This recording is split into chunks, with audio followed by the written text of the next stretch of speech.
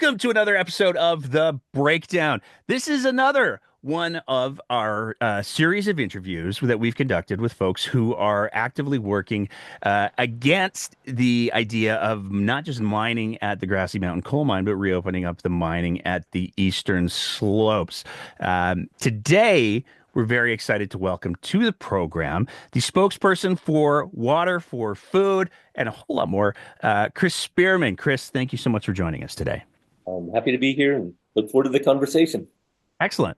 So to start with, before we get into the whole conversation around Grassy Mountain and coal mining on the eastern slopes, if you wouldn't mind for just a few minutes, who is Chris Spearman? Okay. I came to Alberta in 1981. I was educated in the East in Nova Scotia at St. Mary's University. I took economics and commerce and I had a few years working in Toronto for banks and steel companies. And then I was hired to come out and work for a food processor in Lethbridge. And so that was 1981. I think, was that roughly 24 years ago? Or no, 44 years ago? Okay, it was 44 years ago. And so I enjoyed living in Lethbridge and working for a food processor. And I thought that we needed to organize, and I got the food processors and the other industries together, and we formed an organization called the Industrial Association of Southern Alberta. And then we thought the city of Lethbridge needed to do a better job of economic development. So myself and the people from the Chamber of Commerce got together, and we lobbied the city to create an organization called Economic Development Lethbridge. And I was a founding member. And basically, our job was to try and attract investment into the city of Lethbridge. So I'm really, one of my passions is economic development. And a side passion is making use of the existing assets in the area. So the farming products that are grown, how do we basically sell those, and how do we expand on that? When I stopped working for the food processor in 2013, I was elected to be the mayor of Lethbridge. And again, one of my passions being to promote economic development and investment. And for the first time ever in the years like 2017 to 2018, the city of Lethbridge succeeded in having more than $1 billion in economic development happening. So we attracted the Cavendish potato expansion, a new plant in our industrial park, expansion of existing food processors like Richardson Oilseeds and Pepsi Frito-Lay built a distribution center. We were successful when I was the mayor in supporting the University of Lethbridge in building a science building at the university. It was $250 million project to support science in the area. And there were a lot of small businesses that developed. And so our city was booming.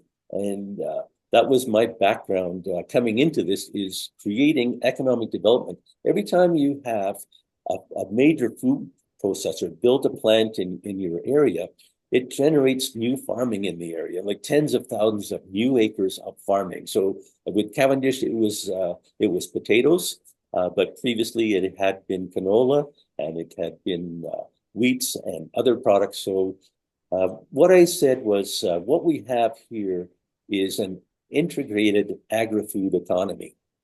We have grain growers, we have ranchers, we have intensive livestock operators, we've got chicken farms, we've got all types of things, and we have 25 international food processors who built factories to produce food for human consumption, which is exported to the United States, to Japan, and we have huge international markets. So we've developed a multi-billion-dollar agri-food economy, which depends on fresh water from the Old Man River.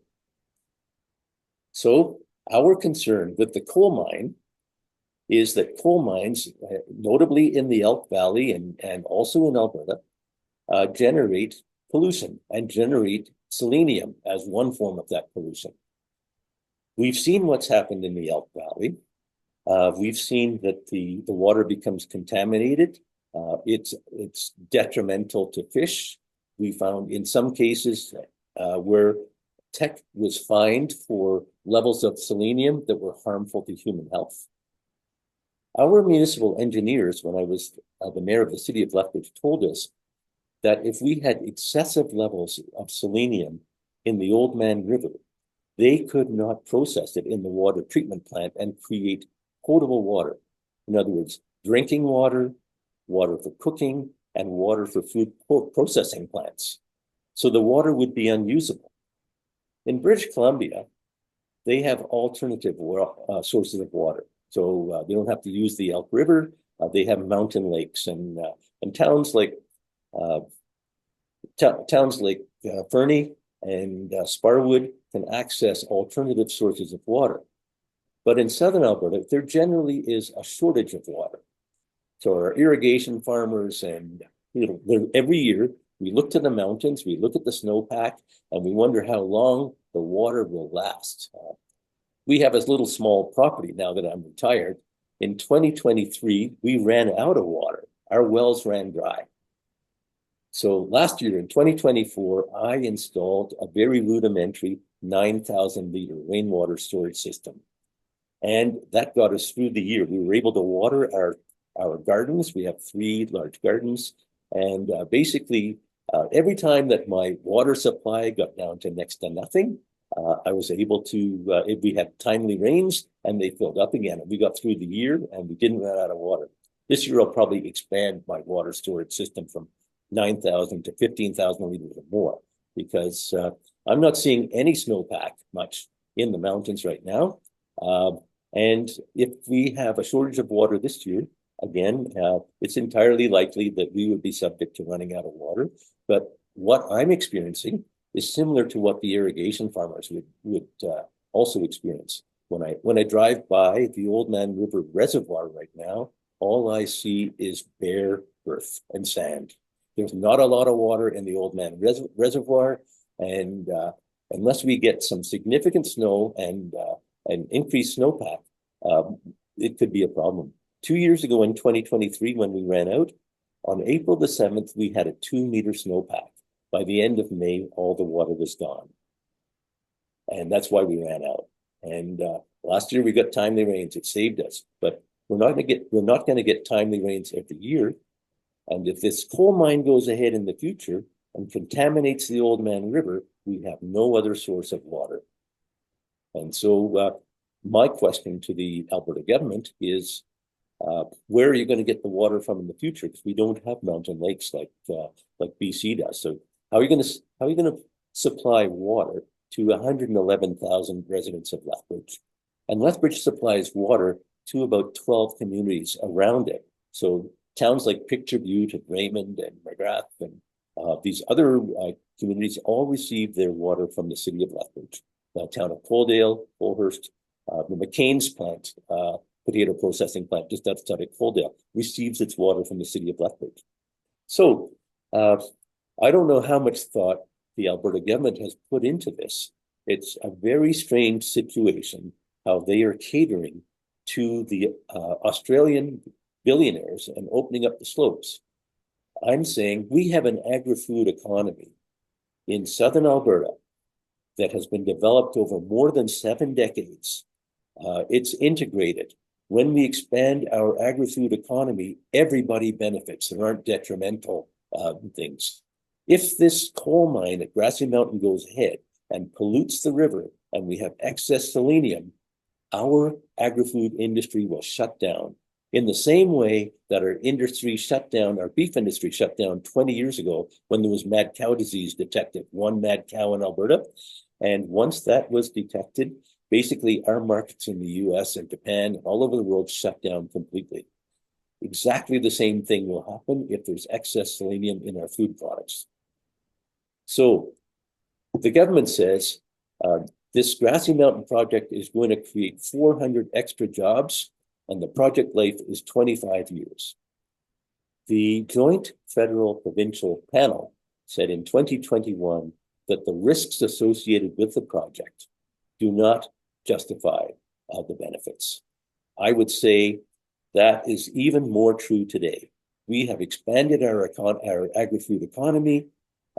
It's worth billions of dollars each and every year in terms of exports.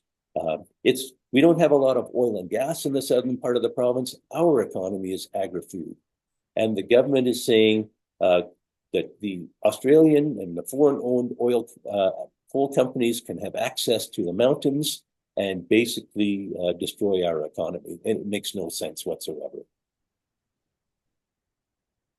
You gave me a lot to unpack there, sir. Let's start with, I just want to, if you can talk a little bit more about the scale of the the agri-food business. You touched on it there. I mean, the Northback folks have said 400 jobs. Those 400 jobs are going to be spread across multiple communities. So there's been promises of jobs for the people of Pecani. There's certainly been promises of jobs for Coleman and Blairmore. But you know, 400 jobs spread across multiple different communities is, you know, when you start to spread those out, that's not that many jobs per community. But what Yep. you're talking about with the agri-food, I mean, you listed off some pretty big names. Cavendish and McCain alone are like, the UCP took victory laps when some of those projects were brought in and got live.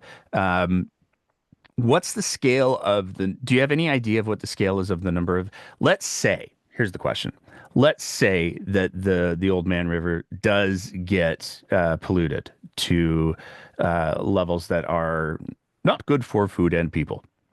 Um, what is the direct impact on the number of jobs and the economy in southern Alberta? Do you have any idea what that looks like? Well, most of those food production plants, like McCain's potato plant, they would be about 400 jobs now. McCain's is doubling their plant. That was their plan. So they're building an expansion, probably another 400 jobs or something close to it. It's hard to. I don't want to speculate about that. These food production plants generally are highly automated as well. We have Sunrise Poultry in the city. That's a chicken processing plant. I think they're one of the larger employees. I think they're in the range of over 400 jobs as well. Richardson Oilseeds, which is a canola processing plant, again, large numbers of employees, hundreds of employees. So I would say that at the very minimum, just at the food processing plants, I would say there's my educated guess is more than 5,000 employees across the 25 food processing plants. But I think you have to also take into account that grain farmers are self-employed, ranchers are self-employed, intensive livestock operators are self-employed. You know, the chicken farmers who are supplying Sunrise Poultry are self-employed. And when you add all the people who own their own farms, and I would say even the Hutterite colonies and others, like there's a massive economy that's going to be adversely affected. I couldn't begin to guess, but I would say if you take the 200,000 people who live in the Old Man Reservoir, basically downstream from where the Grassy Mountain coal plant is proposed to go, and we say that 3/4 of those people are of working age, I would say the vast majority of them work in the food industry in one form or another. Others are working in service industries like lawyers, doctors, those type of things. But they're only here because there was a population that is earning wealth and employment from food processing. So I don't want to do an uneducated analysis of how many, but I would say directly or indirectly, at least 150,000 people who are employed in the area are affected by food processing. And the others are retired people or people not yet in the workforce, but their families would be affected. All 200,000 people need access to potable water for drinking at home, for cooking, you know, so everyone is going to be negatively affected. And as far as I know, the Alberta government doesn't have a solution. So people say, well, Chris Spearman, you're just scaremongering. So I'd like to say to those people, our views are science-based. We obtained 5 science research reports that were sponsored by the Alberta government and are in the possession of the Alberta government. Only one of them is publicly available on the government's websites, but we've obtained the other 4. One study says that the Oldman River will definitely be polluted by selenium from Grassy Mountain. A second study says that when the mine closes down, based on the experience at other coal mines in Alberta, we will continue to experience the negative pollution from coal mines for 20 years after the coal mine ceases operating. Another study says wind-blown coal dust from the Elk Valley has been a serious issue. It's blown over into Alberta and polluted Window Mountain Lake. We are going to have extensive wind-blown coal dust. Our winds in southern Alberta, our Chinook winds, are anywhere between 50 kilometers and sometimes 90 kilometers. And I think last week it was over 110 kilometers. There is absolutely no way that we will be able to control wind-blown coal dust in this area of the province. The government has the report, and they are going to allow these mines to go ahead. Wind-blown coal dust is going to affect snow on the mountains. When the snow melts, it's going to be contaminated by coal dust. It's going to get into the rivers. It's going to get into the water supplies. This is a disaster in the making, and the government has all the scientific evidence already, and they're just not disclosing it to the public. One of the things I don't know if many people realize, but I've talked with a couple of other people about the sort of the water flow of this mine, and I don't know that people realize just how direct of a line that it is from the Grassy Mountain coal mine to Lethbridge, because they're pretty far away. But one of the things that I think is important to highlight for people is that, you talk about Blairmore Creek, which literally runs down the side of Grassy Mountain. So it's literally right beside the coal mine. Blairmore Creek connects to the Crowfoot River. Crow's Nest River, yeah. Crow's Nest River, thank you. Yeah. And that in turn feeds into the Old Man River, which in turn flows through the Piikani Nation, and it also flows directly through the middle of Lethbridge. That's where your famous bridge goes over.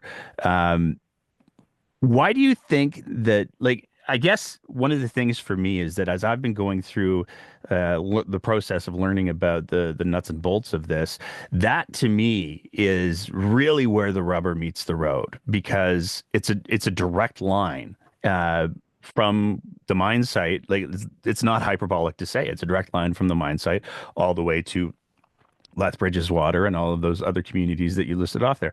Why is it, do you think, that piece hasn't been discussed more? Well, that's a very interesting question, because there were more scientific studies, and they are based on what happened in the Elk River. And of course, people may or may not know, but in the United States, there are lawsuits against Teck. And they are like 500 kilometers downstream from the mines. So we know where that's going to happen. And we know that the contamination is going to reach the city of Lethbridge. The issue is that selenium is bioaccumulative. Farmers will tell you, we are told and we are advised to add selenium to our feeds in various concentrations for chickens, for beef, that type of thing. And so they buy feeds with selenium added. That selenium is also excreted, if you like. And so what happens is, as the water flows downstream with selenium, hard selenium in it already from the mine, it also attracts selenium and contains additional selenium in smaller quantities from the runoff, if you like, and into the river. So now the selenium is adding in intensity as it goes down. Our municipal engineers at the city of Lethbridge told us that if the levels of selenium exceeded the safe levels, there was no known technology to take the selenium out of the water. So one of my questions early on was, has there been any new technology? And the answer is no. We still cannot extract selenium from the water. And so that is the major issue. I'm curious. I mean, given that the river runs all the way to where it does, one of the things that Northback and its previous iteration were very, very good at is they launched a very aggressive, I'll call it a charm offensive, Yeah. uh, towards multiple different communities. They bought a golf course and fixed up a golf course and regularly hold branded community events there. They've done tours with members of the Piikani Nation. They have brought in lunch programs. All of this is very, very clearly to anyone who has even the slightest bit of, oh, I don't know about that. It's very, very clearly designed to win people over. So, hey, Northback seems great. They'd never, ever do anything that would put us at risk. I'm curious, has there been any similar charm offensive that you're aware of in the Lethbridge area or in any of the satellite communities? They've started advertising, but I think people in Lethbridge are well educated and they're smart.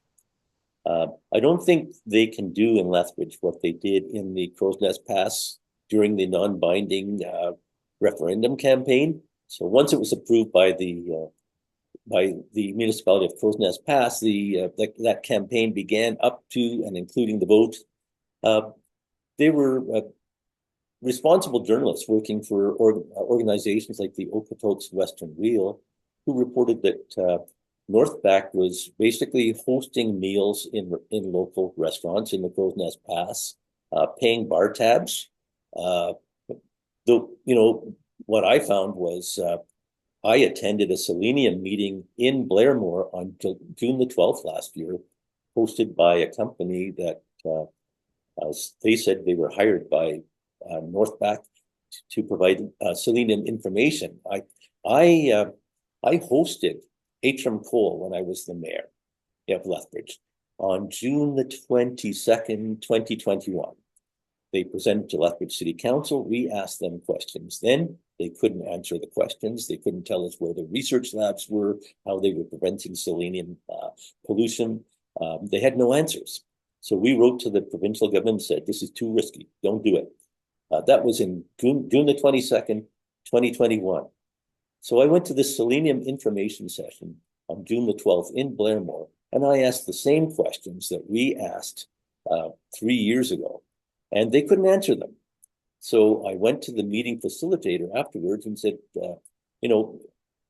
how do we get answers to these questions? And he gave me his business card and said, write to me, and I will get them. So I wrote to him on June the 13th, the very next day, and I never heard back until the end of November when he said, I'd like to acknowledge your email. Northback is aware of your questions, and you might get answers in a couple of months. So I thought to myself, well, that's interesting, because in between now and a couple of months is the Alberta Energy Regulator hearings. So I'm not going to get my answers, if I get them at all, from Northback until after the hearings expire. So I have it documented. I went to the hearings.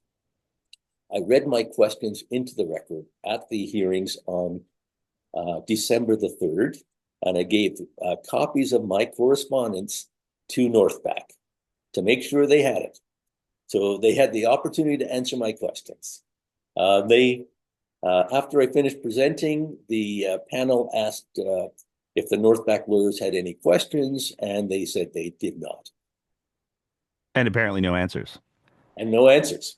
When we went to the second phase of the AER hearings in Calgary, that were held, I think it was January 14th and 15th, the pattern continued.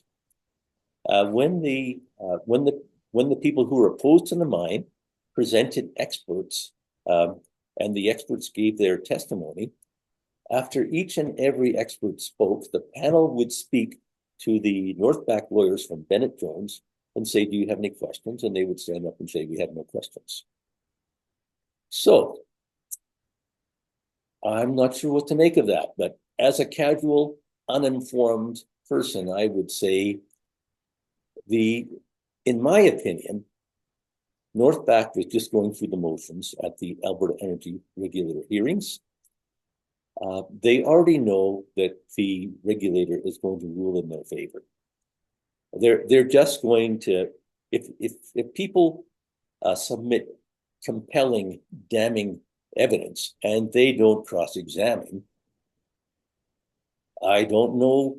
I have no other explanation other than the fact that they think that cross-examining is just a waste of time. They're just basically ticking the boxes until the AER approves the project. There's a couple other pieces that I want to talk about with you.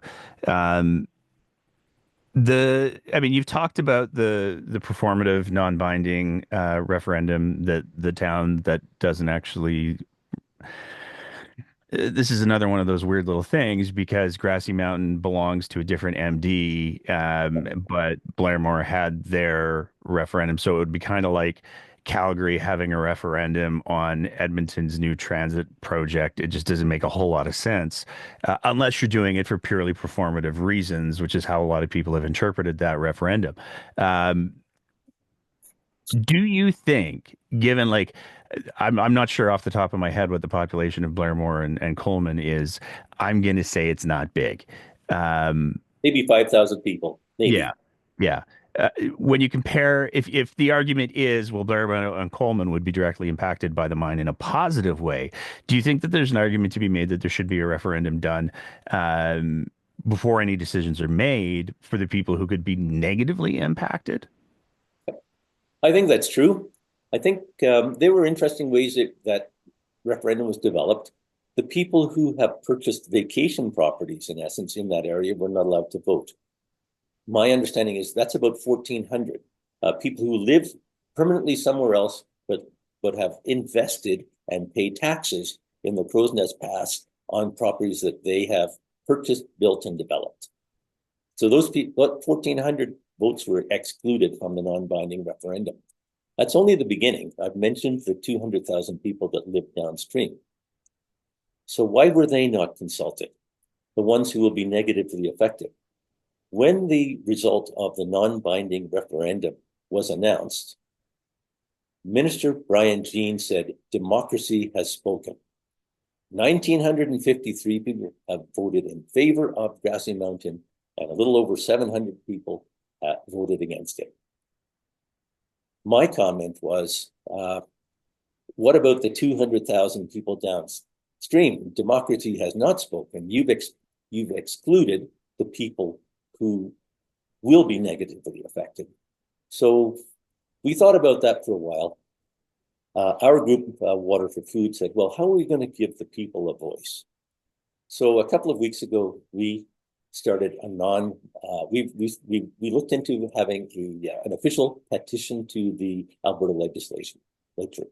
We didn't formally announce it. We're going to formally announce the results this coming Tuesday, I think February. But in 2 weeks, based on word of mouth, we already have almost double the number of people that voted for the Grassy Mountain coal project. We have almost double the number of people who've signed an official petition that can be submitted to the Alberta legislature saying that they oppose the project. And we expect when we formally announce that we have this petition, those numbers will only grow. We also know that the Lethbridge Herald had I would say, a poll. You can say this non-binding. If that's valid, then the Lethbridge Herald daily poll is probably also valid. But basically, 76% of the people who participated, more than 1,000 people participated in the Lethbridge Herald daily poll. 76% said that the government was doing a poor job, and they did not support what the government was doing with coal mine policy in the mountains. Only 24% supported it. There's Those a couple. numbers, those Sorry, go ahead. numbers are similar to what Albertans expressed 4 years ago in 2021 when the Kenney government brought out opening up the mountains to coal mining. More than 70% of Albertans were opposed to that. And at that time, the government backed down and admitted they didn't have a mandate from Albertans to proceed. So in between, we've had a provincial election in 2023. Danielle Smith, UCP government has been formed. But again, we would say they never mentioned that they would open up the mountains to coal mining. And I would say again, the Danielle Smith UCP government doesn't have a mandate from Albertans to proceed. And based on what I've heard so far and seen and personally witnessed, I would say that more than 70% of the people oppose it. What's interesting, I think, is people need to know that Albertans own the coal resource. On December the 20th, Minister Jean and Minister Schultz announced the new coal policy. They also announced that they would be consulting with the industry on developing that new coal policy, and we will have one of the most modern ones in the world. But they didn't talk about consulting with Albertans. Albertans own the resource. Why are Albertans not being consulted on the new policy? And if they did, in my opinion, Albertans would continue to say no coal mining in the Rocky Mountains and the Eastern Slopes. And that should be the new coal policy.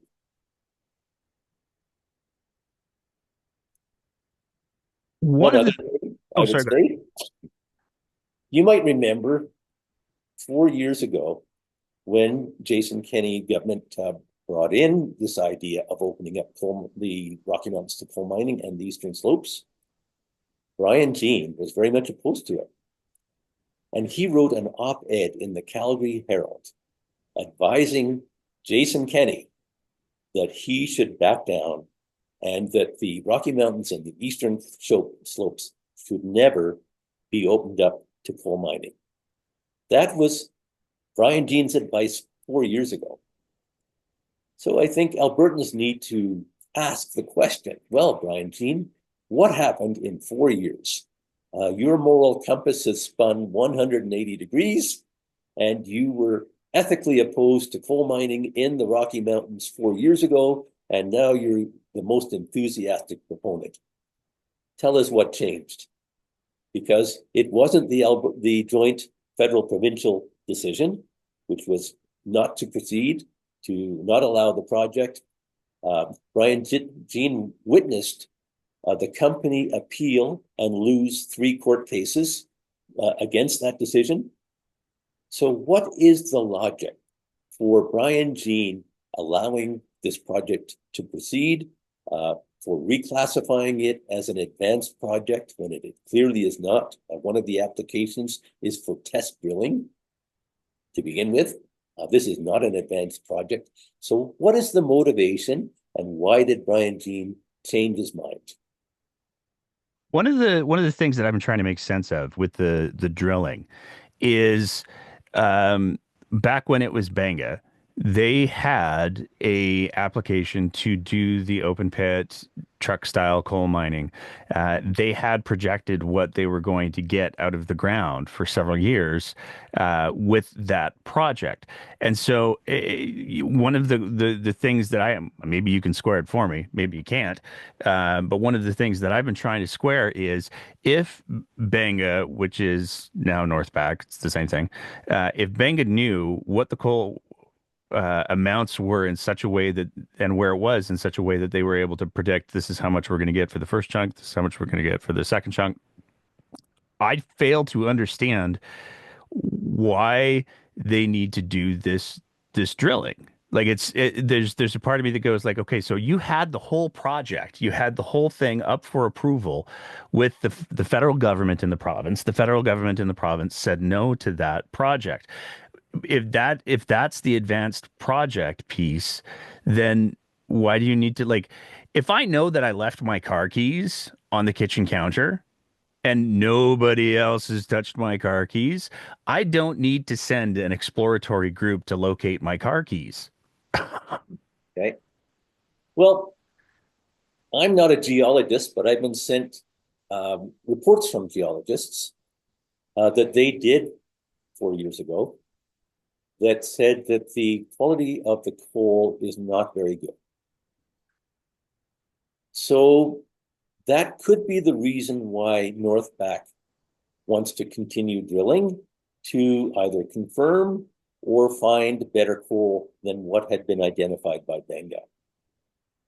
That is, I will admit I'm only speculating, but people sent me the reports, and the reports confirm, the ones I've seen, that the quality of the coal is very poor and not up to standards for metallurgical coal.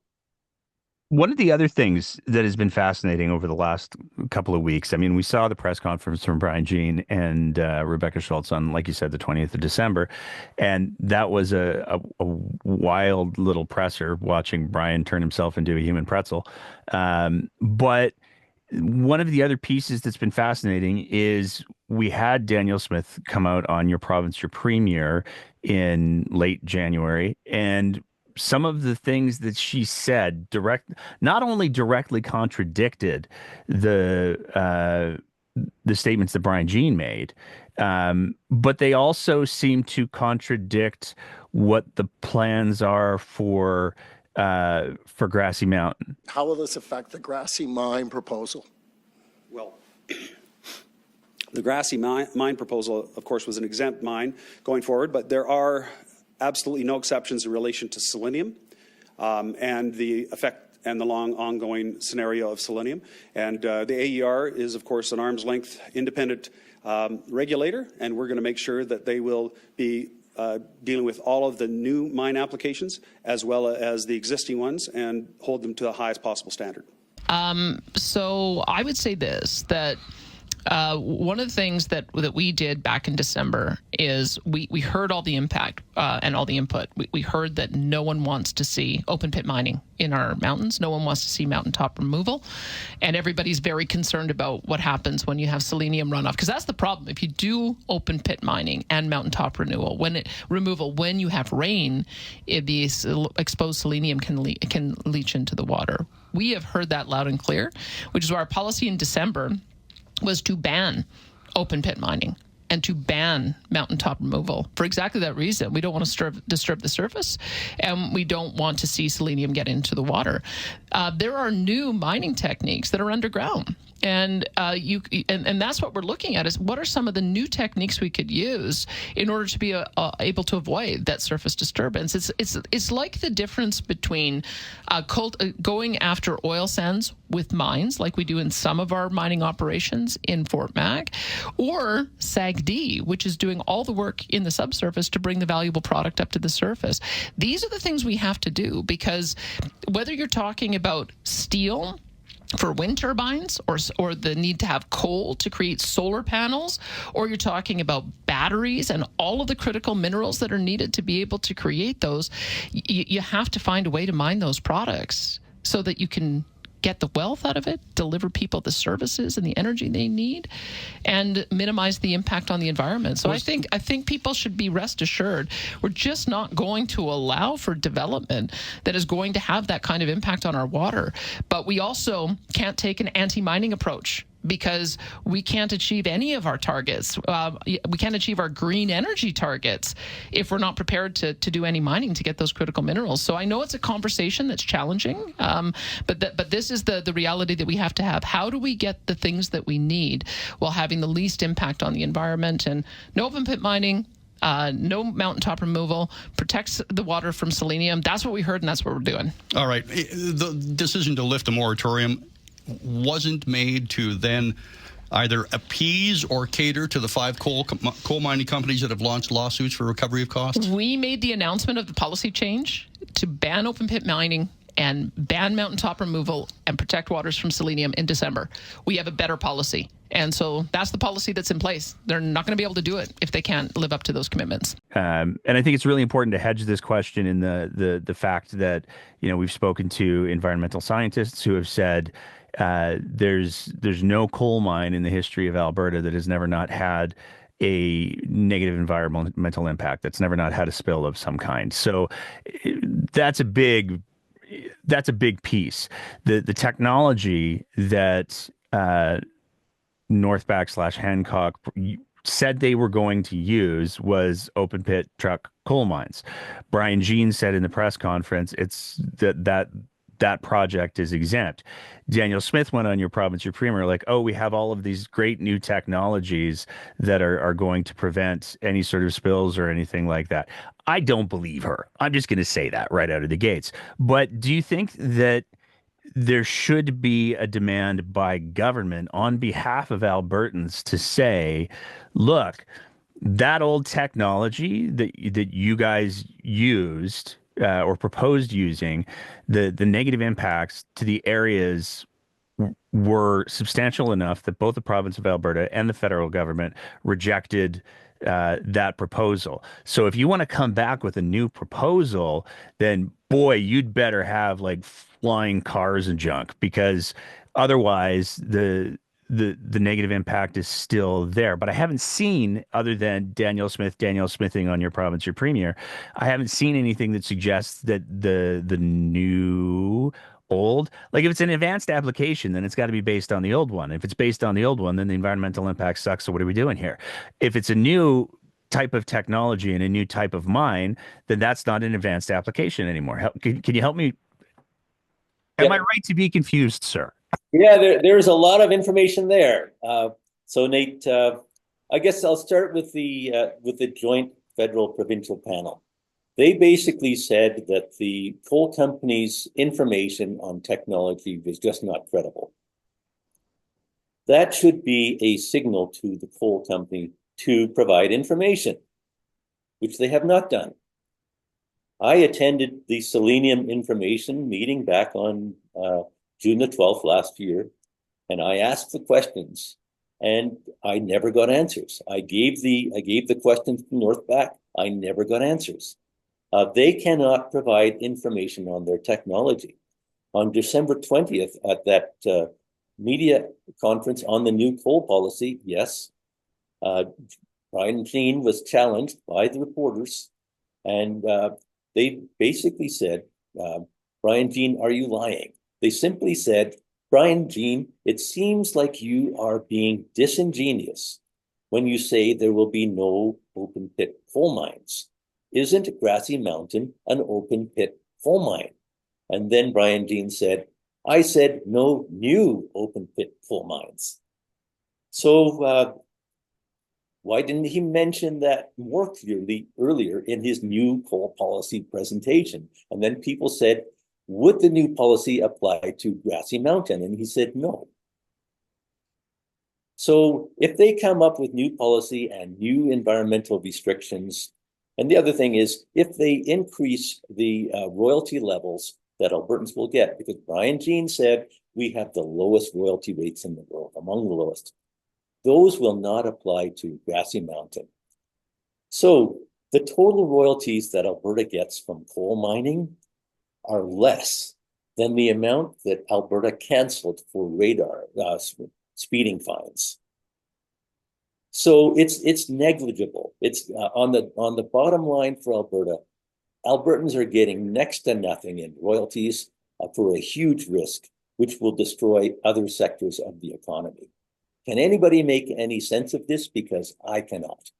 And I think the coal company, specifically Northback and their owners, they simply have not done what the Joint Federal Panel charged them to do, and that is, if you have the technology, tell us what the technology is. So on your province, your premier, that was a week ago Saturday, basically 25th, yeah. Yeah, basically a questioner phoned in and said, I'm worried about the open pit mines. And the premier said, it's not going to be an open pit mine. So on December the 20th, Brian Jean said it was going to be an open pit mine. And on basically 4 weeks later, Premier Daniel Smith said it's not going to be an open pit mine. So they've been hedging along with this, what they call CIMI technology. They're saying, well, they have this CIMI technology, what they call CIMI, and basically high wall mining. where they pile it up and basically prevent, supposedly it's going to prevent leakage and coal dust. You can make the debris, 10 or 15 or 20 meters high. When it rains, it's still going to leach coal dust. It's when the wind blows, our Chinook winds, which can be excessive, volatile, coal dust is going to fly. The SEMI technology they referred to is not going to work. And one other point I will make is Teck spent over $1 billion trying to solve the selenium problem, and then eventually just sold the mines to Glencore. Northback and their owners are far less reliable than Teck. I give Teck kudos for trying. I mean, they were being sued by the Americans. There was report after report of selenium releases excessive to standards. They tried their best to solve the problem. Northback is basically a shell company that's been created to operate the mine. Basically, it has all the warning signs. When they've done what they do, when they disturb the ground, in my opinion, think Northback will walk away and leave the mess, and it'll be a bigger mess than it is now. They can build all the golf courses they want. I think there's probably about a dozen golf courses in Southern Alberta that I hope they come forward and upgrade them all to professional standards. That'd be awesome. Just improve our quality of life. But and do lunch programs all over. That would be great. But despite all those distractions, the essential issue is: are you going to destroy our economy and way of life by allowing this mine to move forward? Does anybody know the scale of this mine? Basically, this open pit mine, if it is developed, it would be 6 miles long and 3 miles wide. If you're familiar with Crow's Nest Mountain, a very dominant mountain in the Crow's Nest Pass, the amount of rock that will be displaced is equivalent to 6 times the volume of Crow's Nest Mountain. It's massive. It's massive. And don't tell me that there will not be side effects, negative side effects, and pollution. The fact that there has never been a coal mine that didn't result in some level of pollution should be a huge warning sign. And the government's own science reports say that the pollution will be extensive. I mean, you're a former politician, so I find myself one of the questions that I'd like to ask is that the inconsistency of communication from the provincial government has been, I'm going to say, remarkable. The difference in messaging between Danielle Smith on your province, your premier, and Brian Jean at the press conference, and multiple other comments that have been made. The messaging has been confusing. As the mayor, a former mayor of Lethbridge, as a former politician, what do you like? There's a part of me that kind of goes, before we move further on this conversation on Grassy Mine or any coal mines on the eastern slopes, y'all need to get your shit together. Pardon the language, but that's sort of my, as a non-politician, that's sort of my, I want to know exactly what the stakes are. I want to know exactly what all of the things are. And it feels like rather than that information being provided to Albertans in a clear and concise manner, they're deliberately conflating everything to make it confusing. What on a scale of 1 to 10, what would you give the score for politicianing for Brian Jean and Danielle Smith in this circumstance? Yeah, okay. I deal with them individually. I would say in the old style of politics, as I'm an old style politician, I believed in integrity. I always tried to answer questions. I had to deal with difficult issues in the city of Lethbridge, and they weren't always, I can say people weren't happy with some of the things that happened. The supervised consumption site was one, but I can tell you one thing: after every single council meeting, I made myself available to the press, and I stayed until the very end, until the very last question was answered. And I didn't enjoy those meetings, but I felt I had an obligation to the public to tell them what I knew. And basically, I won't tell the whole story all over again. In a small city like Lethbridge, we don't have the resources to deal with major big city problems, which is what we had, and we never got the support we needed. So when I think about Brian Jean, given the responsibility, the knowledge, and the experience that he has, his past history of criticizing the Kenney government for doing what he's doing now, I'm flabbergasted. I would give Brian Jean a 0 out of 10. He has no credibility anymore. He cannot be in a position where he is accountable to Albertans. That December 20th media conference was basically deceptive. The journalists were right. He was being disingenuous. He was trying to fool everybody. When did we get to the point in politics where instead of doing what should be done, basically advocating for everybody's best interests, safeguarding people from risk that you are basically governing for, when do we get to the point where instead of doing all of that, we just try to deliberately mislead them in order to line the pockets of foreign-owned companies? When did we get to the point where we exclude Albertans from consultation on what we do with the resources that they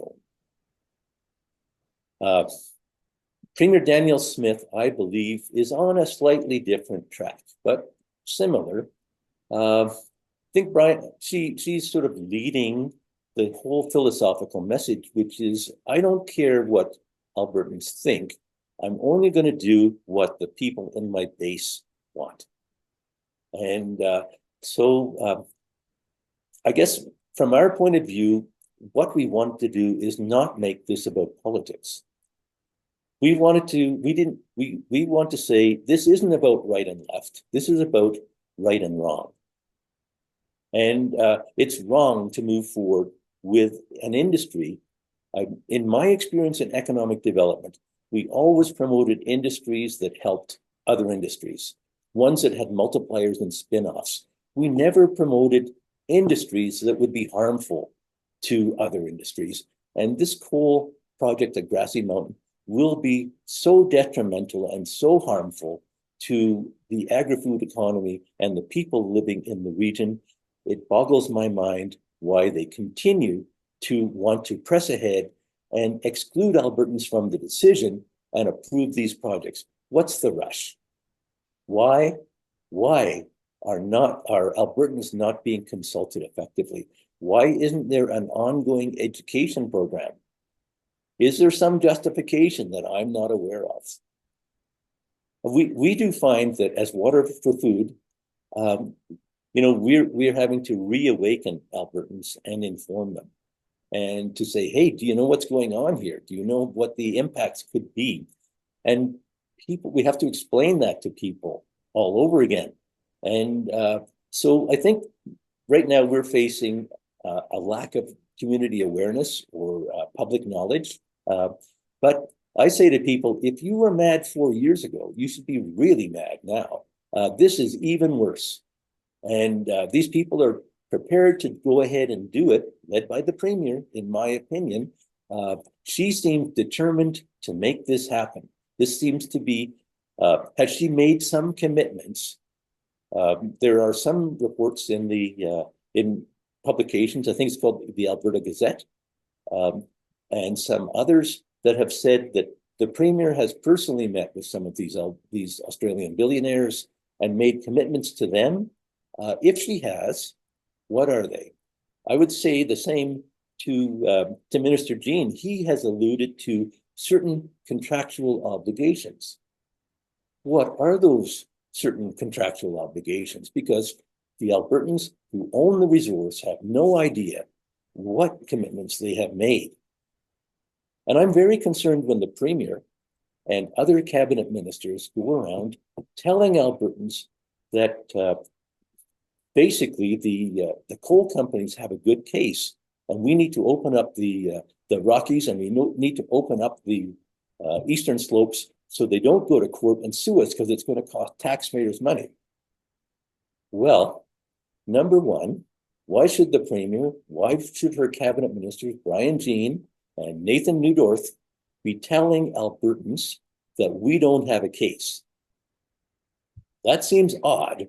If you're faced with a potential lawsuit, that you tell your adversaries who are suing you that we don't have a case. Does that seem? I've never seen somebody go to court and tell their opponents that we don't have a case. So again, I don't want to be repetitive, but if the government didn't have a mandate 4 years ago and they don't have a mandate now, what the heck are they doing? I got one other little question that I want to put at you. Then I'll give you an open floor to say whatever you like. We saw in the last couple of weeks a second $2 million report come out from the provincial government. Now, these reports are ostensibly not related to the coal piece, but I would argue that they are. I'm talking about the two COVID reports that came out. The first one being Preston Manning, the second one being this other new one that has not been received particularly well. But there is a philosophical piece inside of both of those reports that I think is worth having a conversation about, because Preston Manning has said, it's all about making sure that people have informed consent. People should have the facts in order to make the decisions about whether or not they want to get vaccinated. The new report expressed similar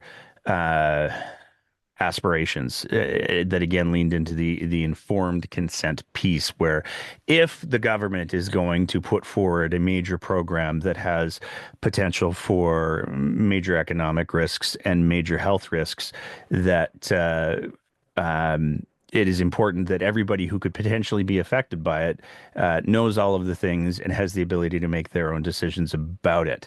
So I guess what I'd like to hear from you, sir, is it is profoundly dissonant for me that this appears to be a philosophy that Daniel Smith and the provincial government pursue when it's politically expedient. The idea that we should be able to communicate effectively with people, we should be able to provide them all of the information. They should be able to make decisions about the future of their families, the future of their kids, the future of the economy. They should be able to make decisions about all of these things. But as soon as it gets to be inconvenient for the government, they go, "Oh, we didn't mean it like that," and that to me is it's that to me is the most alarming piece, because if you have a government that is demanding that people should know the truth, but only when the government thinks people should know the truth, that should to me be one of the biggest red flags of the entire situation. Because and I don't want to get into a whole debate about the vaccine piece, because that's not what this episode is about and it's stupid. But the evidence for the vaccines very, very strong. The evidence for the negative effects of coal mines very, very strong. The evidence for the negative effects of vaccines, there's little tiny bits, but it's not that bad. Why do you think it is? Is it just the money? Is it just we would like the money, please? Maybe, I don't know, Daniel Smith's been promised to stay at one of the Australian ladies' condos or something. But why do you think it is that the government takes such a strong stance on Albertans should be informed, Albertans should have all of the facts, to the point of ridiculousness, which is what I would argue those two COVID reports are? They're absolutely laughable. They'll take that stance and they'll hold that stance to the end of time. But when it comes to something that actually has the very real potential, if not likelihood, of affecting the health, the physical health of like half the province, as well as the economic health of, again, half the province, they're all, you don't need to know. It's fine. What's the source of that? Well, I think it's their philosophy, and I think it's fairly common now. They have been elected. They have the seats. They feel secure. that they won't have to have an election for until the fall of, when it is it? They extended the term by another 6 months. Okay, but so they're feeling dominant, and they feel that they can govern and only focus on what appeals to the extreme right. You know, less than 20% of the population. I think what I have seen that is interesting lately is I have seen long-term conservative voters say, I've had enough. The former mayor of the city of Lethbridge, a gentleman I very much respect, David Carpenter, this week wrote into the Lethbridge Herald asking that Danielle Smith be fired. He said, if she was the CEO of a corporation and behaved in the way that she is, she would. He said, I've been a longtime conservative sympathizer. He promoted economic development in the city of Lethbridge and moved the rail yards out, created a whole massive amount of land that the city owned, that valuable land in our downtown that could then be developed. He went on from there to use his financial acumen to serve on the Alberta Workers' Compensation Board. His financial philosophies were so effective. Alberta workers' compensation rates became the lowest in North America. When he went there, they had massive and funded liabilities, but he turned it around so that their investments became half of their revenue. Then he went on and he served on the board of Alberta Health Services. And again, he provided effective financial management. He wanted money reinvested back in health and in supporting programs that he was an accountant. He wasn't a health professional, but he understood how to employ money effectively within a huge organization in a way nobody else did. By the time Danielle Smith came in and began taking over Alberta Health, firing the chairman, basically telling everybody that she could run health better than the people who were running health, David Carpenter resigned.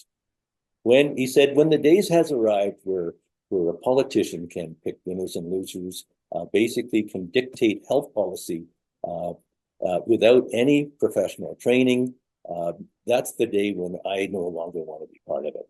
And when you're losing people like that, I saw a roast in the Lethbridge Herald. They have this popular column called Roast and Toast. I was trying to identify who might have written this, but somebody wrote in and said, I've been a longtime conservative. For years, I was part of the formation of Economic Development Lethbridge. Well, so was I. I clearly know this person, but I can speculate as to who it was. But this person said, with this government, I have been a longtime conservative supporter, and I will never be again, as long as Danielle Smith and the UCP are running this province. I attended the water availability meeting that was held in Lethbridge on January the 8th and was hosted by Environment Minister Rebecca Schultz. Basically, it was attended by irrigators and farmers.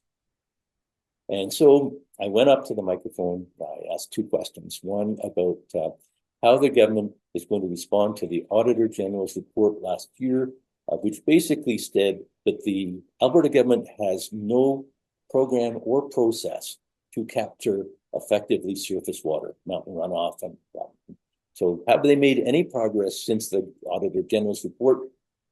And they said, yes, we have. And I sort of asked for evidence and they couldn't provide any, but last week they announced a $3.2 million program. so maybe something's happening. But my second question to the minister was, I said, Minister, this government clearly is focused on resource development. And I said, it looks like, this whole room is full of irrigators and farmers. Are you prepared to sacrifice the agri-food, integrated agri-food industry and our economy in Southern Alberta for a coal mine? And I didn't get an answer. So I subsequently wrote an open letter to Energy Minister Brian Jean and asked the same question. I still haven't got an answer. So our government is taking a page from Northback and simply not answering questions that need to be asked. So you say, who are they focusing on? They'll answer the easy questions. They'll respond to their base. I guess what comes to my mind is, I think it was Abraham Lincoln that said, you can fool some of the people all of the time. I would say that's the base. You can fool all of the people some of the time, but you can't fool all of the people all of the time. And when longtime conservatives are saying, I've had enough, we're not being listened to either, I think that's when we get change. I want to give you the floor for anything else that you want to add here. Is there anything else you'd like people to hear? I know that the Water for Food Substack is something that you'd probably like to draw people's attention to. Is there anything else that you'd like people to do? The floor is yours, sir. Yep. Well, I think, first of all, people have to educate themselves. And secondly, because the government's not going to do it for you, to your point, they have to look into this stuff. We are posting all our articles in our Substack. So we have a gentleman who has past journalistic experience with the Canadian press. He releases information into the Substack. I think it gets circulated to journalists everywhere. But also Albertans could have access to that information. It'll include our report. It will include, for example, the 5 science reports that the Alberta government has in their possession that you cannot easily find on their website. You'll be able to find articles by independent professional researchers that say things like the agri-food economy in South Alberta will be affected. One of the most productive agri-food areas in North America will be damaged. We have information like that, articles like that available to Albertans. So that's the first thing, educate yourselves. Secondly, write to your MLAs. Tell them this is not acceptable. It wasn't acceptable 4 years ago. It's not acceptable now. Tell the government, tell the MLAs, you don't have a mandate to proceed. Those coal resources belong to us. Do not consult with the Australian billionaires and the Australian-owned companies. Consult with Albertans on any new coal policies. The revenues we're getting from coal right now are insufficient. The next legislative session opens on February the 27th. Why not in the spring legislative session increase coal royalties in Alberta to the highest in the world instead of the lowest in the world and make them effective immediately? And then see what happens if these people are interested in proceeding more to develop our coal resources. So I think those are some of the first things that I would suggest, but I think we need to get answers from Albertans. This week, we will be releasing important information. I hope that people read it, and I hope that the government will give Albertans some answers, because I think we're at the turning point. Are we going to allow Daniel Smith's government to move forward without a mandate from Albertans and just expose ourselves to risk, to economic ruin? Or are we going to say, wait a second here, those are our resources. You're the stewards for those resources, and you need to tell us what you're doing on our behalf and why you're doing it. So we're going to make that message very clear. We're going to provide the evidence behind the things that we're making available to the media this week. And we hope that this information gets out to Albertans. I think journalists have a responsibility to make sure that Albertans have access to the truth. There's way too many opinion writers that are giving the Smith government a pass. Enthusiastic supporters of this government, like Brian Lilly and Rick Bell, who basically are doing a disservice. These people are past their best before date. They are not professional journalists. They are opinion writers, but professional journalists will challenge, and good politicians will not be afraid to answer tough questions. That's when people limit the number of questions, then that is a warning sign. And when people handpick who gets asked the questions, that's another warning sign. So let's make sure that we have democracy in Alberta and that Albertans get to say what happens with their resources and make sure that we do the best thing for everyone in this province. Awesome. Thank you so much for taking the time today to chat, Mr. Spearman. Really, really appreciate it. And I just want to make sure I get the name of the Substack right. It's Water for Food. So people search Water for Food Substack. Yeah. Okay. And we'll be adding more articles this week as we release information. Excellent. Thank you so much, sir. Thank you. And that's it for another episode of The Breakdown. As always, if you appreciate the kind of content that we're trying to produce here, we would love nothing more than if you thought about signing up to be one of our Patreon sponsors at www.patreon.com/thebreakdownab, where for just the price of a fancy cup of coffee a month, you can help us continue to produce this kind of content. Whether you're listening to the audio version of the podcast, in which case, maybe leave a review and a rating, or whether you're watching it on one of our streaming platforms, we want to say a big thank you to everybody who is part of the Breakdown's audience. And as always, take care of each other and keep the conversation going.